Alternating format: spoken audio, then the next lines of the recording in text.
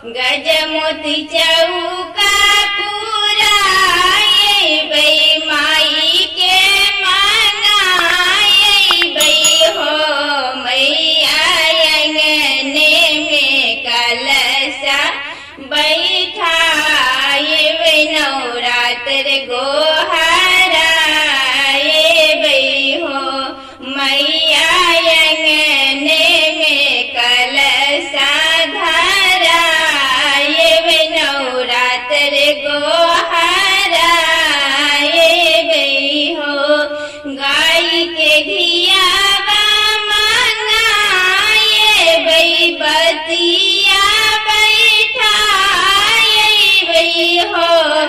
मैया चारो मुखा दिया ना जलाए बई नवरात्र गोहराए बई हो मैया चारो मुखा दिया ना जलाए बई नवरात्र गोहराए बई हो गाय के दूधवा मंगाए बई खीरिया पकाए बई हो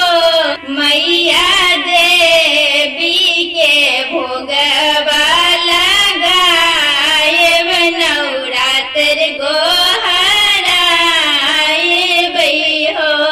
सातो बहिन के भोगवा लगाए बई नवरात्र